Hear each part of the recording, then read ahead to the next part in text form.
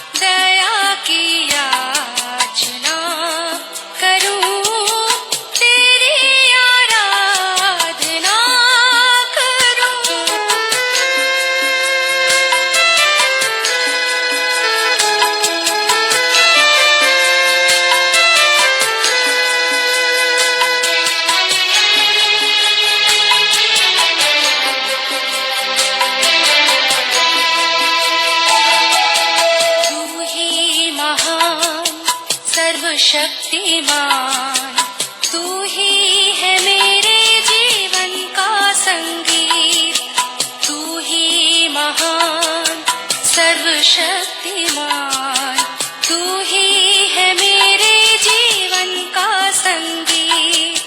हृदय के तार छेड़े झनकार, हृदय के तार छेड़े झनकार,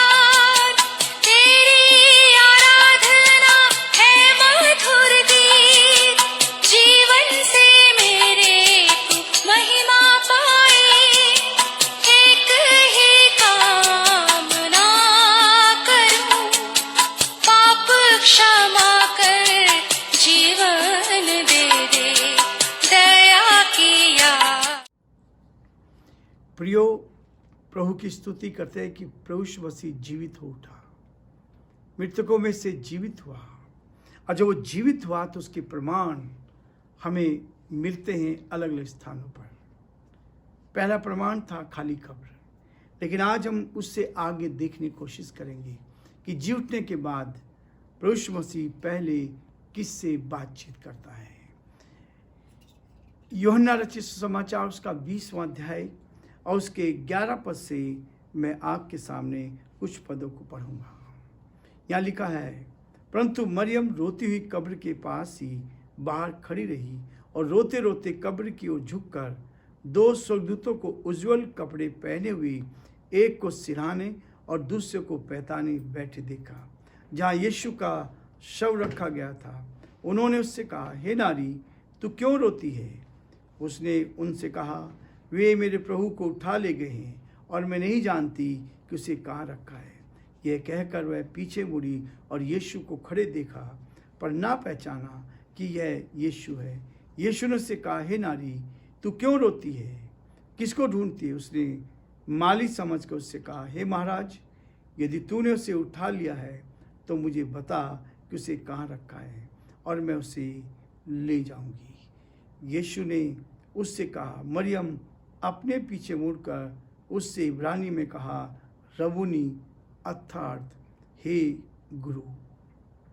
प्रभु अपने इस वचन के पढ़े और सुने जाने पर आशीष दे, आमीन।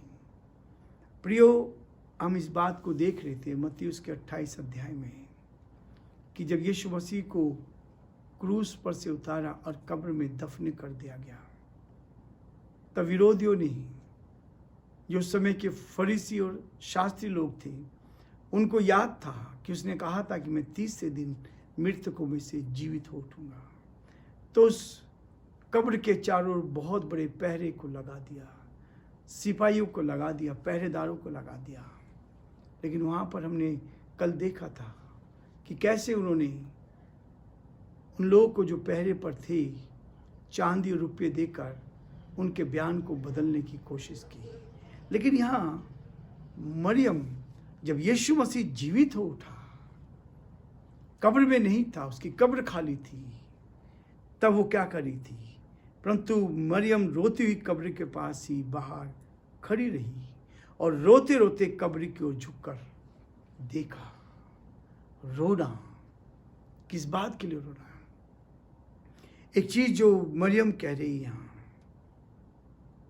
कि उसको विरोधी लोग उठाकर ले गए। ऐसा नहीं हो सकता था। विरोधी लोग कह रहे हैं कि उसके चेले ले जाएंगे, और यहाँ मरियम कह रही है कि उसको विरोधी लोग उठाकर ले जाएंगे। 13 पद में कहा, लिखा है, उन्होंने उससे कहा, हे नारी, तू क्यों रोती है? उसने उनसे कहा, वे मेरे प्रभु को उठा ले गए हैं और मैं नहीं जानती कि उसे कहाँ रखा है। नहीं जानते। प्रियो, कई बार हम प्रभु के साथ रहते हुए उसको नहीं पहचान पाते। केवल 2 दिन के लिए प्रभु उनसे अलग हुआ और जो कुछ उसने कहा था उसको भूल गई। जो वचन उसने कहा था मरियम भी भूल गई। रो तो रही है, विलाप तो कर रही है, दर्द तो उसको है, लेकिन उसको पहचान नहीं रही है। सरदूतों से बातचीत कर रही है। सरदूत उसकी आवाज को सुन रहे हैं, उसकी आवाज को सुन रहे हैं, और उसने इस बात को कहा कि वे मेरे प्रभु को उठाकर ले गए हैं और मैं नहीं जानती कि उसे कहाँ रखा है। प्रियो, कई बार हमारे जीवन में भी रहता है। हम प्रभु का नाम लेते हैं, हम प्रभु की आराधना करते हैं, हम प्रभु की स्तुति करते हैं, हम उसको साक्षात उससे बातचीत करते हैं, हम अपनी सारी बातों को उसके सामने रखते हैं, फिर भी हम नहीं जान पाते, उसकी गहराई को नहीं जान पाते। क्योंकि जब आप उनसे बात करते हैं तब आप शुद्ध और पवित्र होने चाहिए। परमेश्वर मुझे और आपको इस बात के लिए प्रेरित करता है।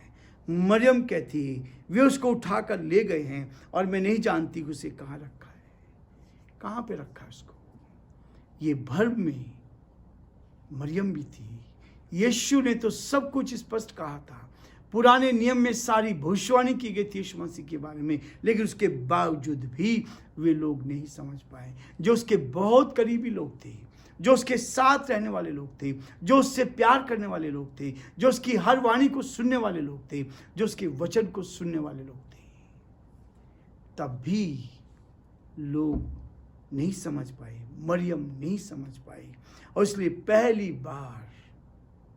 पहली मुलाकात जीतने के बाद यीशु ने मरियम से बात की। 14 पद में लिखा है, यह कहकर वे पीछे मुड़ी और यीशु को खड़ा देखा, पर ना पहचाना कि यीशु है। पहली बात, उसको मालूम नहीं कहाँ रखा गया। कब्र में दफनाया गया था, कब्र का मालूम था, लेकिन उसको नहीं पता कि वो जीवित हो उठा है, उसको कहाँ रखा गया था। अब वो कह रही है, 14 पद में कहती है, यह कहकर वह पीछे मुड़ी और यीशु को खड़े देखा। प्रियो, यीशु हमारे बहुत करीब रहता है। जी उठने के बाद वो आत्मा में होकर हमारे साथ साथ चलता है, वो हमारे साथ साथ रहता है। और पहली मुलाकात यहाँ जी उठने के बाद मरियम से हुई, लेकिन मरियम उसको पहचान ना सकी। मरियम ने ना पहचाना कि यीशु है। प्रियो, ये भूल हमसे हो जाती है, ये भूल हमसे होती है। प्रभु को हम नहीं जान पाते। परमेश्वर के वचन में सब कुछ तो लिखा है, लेकिन उसके बावजूद भी हम उसको नहीं पहचान पाते। मरियम भूल करी, पतरस ने भूल करी। पतरस ने कहा था, प्रभु चाहे कोई भी तुझे छोड़ जाए, पर मैं कभी नहीं छोड़ूंगा। सारे चेले छोड़कर चले गए थे। आज यहाँ मरियम भी उसको नहीं पहचान रही है, मरियम भी नहीं पहचान रही है। और तब 15 पद में लिखा, यीशु ने उससे कहा, हे नारी, तू क्यों रोती है। ये बातचीत हुई है, चेले भूल चुके थे, मरियम भूल चुकी थी, 2 दिन के बाद ही भूल गए। कैसी परिस्थिति है, कैसे लोग हैं। आज प्रभु मुझे आपसे कह रहा है कि हम जागृत हो जाएं। हम धन्य लोग हैं। वो कहता है, धन्य वे हैं जिन्होंने बिना देखे विश्वास किया है। हमने बिना देखे विश्वास किया। उन्होंने देखने पर भी विश्वास नहीं किया, लेकिन उन्होंने जबरदस्त काम किया, जो आज हम नहीं कर पा रहे। उस समय जो चेलों ने काम किया, उस समय की स्त्रियों ने जो काम किया, वो आज हम नहीं कर पा रहे। उन्होंने जबरदस्त काम किया। लेकिन यीशु ने कहा, हे नारी, तू क्यों रोती है, किसको ढूंढती है, किसको ढूंढती है। उसने कहा, उसने माली समझ को उससे कहा, हे महाराज, यदि तूने उसको उठा लिया है तो मुझे बता कि उसको कहाँ रखा है। भोर को पहचान नहीं पा रही, अंधेरा है। गई थी उसके शरीर पर सुगंधित दर लगाने के लिए, लेकिन यहां तो मंजर ही अलग हो गया। प्रभु जीवित हो उठा, और प्रभु जीवित हो उठने के बाद पहली बार मरियम से बातचीत करता है। मरियम को दिखाई देता है। मरियम ने उसको देखा, लेकिन पहचाना नहीं।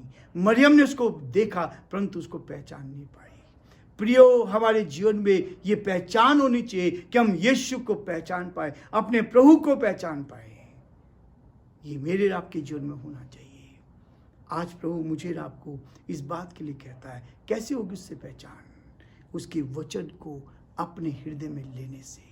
इस वचन को वो अपने हृदय में लेकर, इस वचन को अपने जीवन में लेकर, अपने व्यवहार में लेकर हम उसको पहचान सकते हैं। अपने गुनाहों से तौबा करके हम उसको पहचान सकते हैं। हम उसकी आवाज को सुन सकते हैं। मरियम ने उसकी आवाज को सुना। यीशु ने उससे कहा, हे नारी, तो क्यों रोती है, किसको ढूंढती है।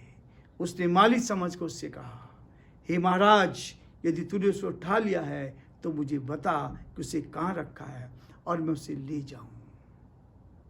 देखिए, यदि आप परमेश्वर के वचन को पढ़ते हैं तो प्रभु यीशु मसीह ने 38 वर्ष के उस मरीज से कहा था, तू क्या चाहता है कि मैं तेरे लिए क्या करूं। या मरियम से उसने कहा, हे नारी तू क्यों रोती है, किसको ढूंढती है? जो यीशु ने प्रश्न किया उसका उत्तर क्या कहते? उसने मालिश समझ कर उससे कहा, हे महाराज, यदि तूने उसको उठा लिया है। वो भूल चुकी थी, उस गहराई को नहीं जान पा रही थी कि यीशु मसीह ही उसके सामने साक्षात खड़े होकर बातचीत कर रहा है। उस 38 वर्ष के मरीज ने भी यीशु को नहीं पहचाना था, लेकिन यीशु ने कहा, तू क्या चाहता है? उसने अपना बहाना बताया और ये कहा कि मेरे पास कोई ऐसा व्यक्ति नहीं है जो मुझे कुंड में उतार सके। यहां मरियम भी वही कह रही है। कई बार हम बहुत बड़ी भूल करते हैं, प्रभु यीशु मसीह को जानने में भूल करते हैं। प्रियो, यहां मरियम ने क्या कहा? तू, हे महाराज, यदि तूने उसे उठा लिया है तो मुझे बता कि उसे कहाँ रखा है और मैं उसको ले जाऊं। यीशु ने उससे कहा, मरियम। अपने पीछे मुड़कर उसने इब्रानी में कहा, रबूनी, अर्थात हे गुरु। ये मुलाकात जब उसने इब्रानी में कहा रबूनी अर्थात हे गुरु, उसकी आवाज को पहचाना। प्रियो, आज मेरे आपके लिए भी है कि हम प्रभु की आवाज को पहचाने। वो आपसे बात करना चाहता है, वो आपका मार्गदर्शन करना चाहता है, वो आप पर अपने आप को प्रकट करना चाहता है और आपसे बड़े बड़े काम कराना चाहता है, ताकि आप बहुतों के लिए आशीष का, आनंद का कारण बन सके। प्रभु आप सबको बहुत आशीष दे और प्रभु का हाथ आप सब पर बना रहे, ताकि आप प्रभु में आगे बढ़ते जाएं। आज हमने इस बात को देखा, परमेश्वर प्रभु मरियम मगदलीनी पर प्रकट होता है। ये पहली मुलाकात थी जो मरियम से हुई। प्रभु हम सबकी सहायता करें।